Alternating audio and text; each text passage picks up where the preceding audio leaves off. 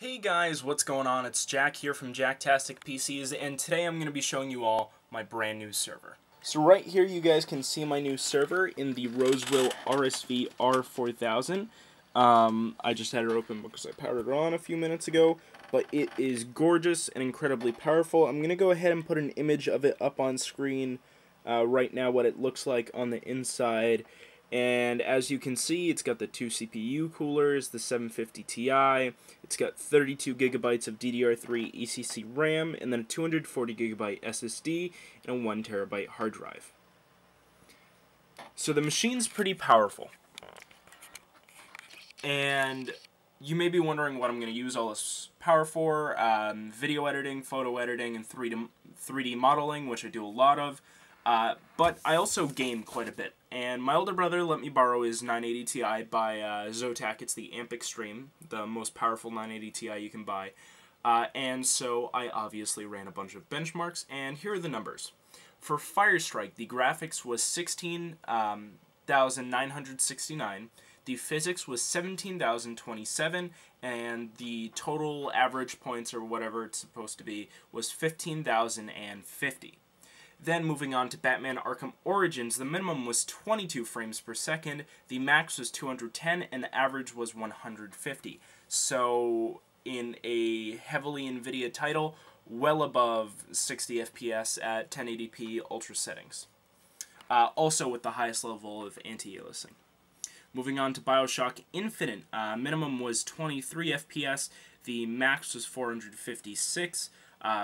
Bioshock Infinite always has really ridiculous maxed frame rates, which is weird. And the average was 116. Once again, well above 60 FPS, totally awesome. Moving on to Middle-earth Shadow of Mordor.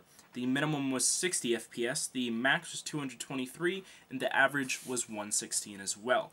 So, in a really intensive game with all the settings at their absolute maximum, it kicked ass. And then in Cinebench R15, on the CPU, I got 1970. And I'm going to go ahead and run that for you guys again real quick so you guys can see how badass this looks. So I've got Cinebench. I'm just going to launch it now. And then CPU run. And there can be some variations in the score, but you're going to see right here, pretty freaking awesome. 16 cores, 32 threads just going at it.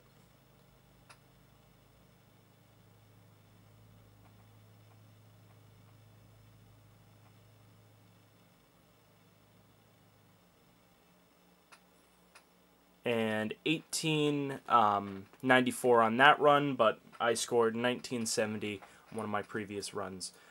So pretty awesome. And then I'll just do that. I'll open Task Manager. Focus. You guys can see 32 gigabytes of RAM, and then if I go ahead here, you can see all 32 threads, which is pretty insane.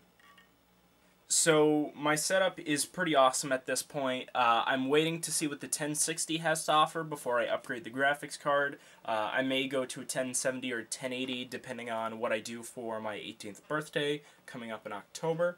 But yeah, so it's pretty sweet. The next series of videos is going to be how to start your own home lab. It's going to start with how to install Windows, and then it's going to do how to install Windows Server, and then I'm going to proceed to doing how to set up things in Windows Server and create your own home lab.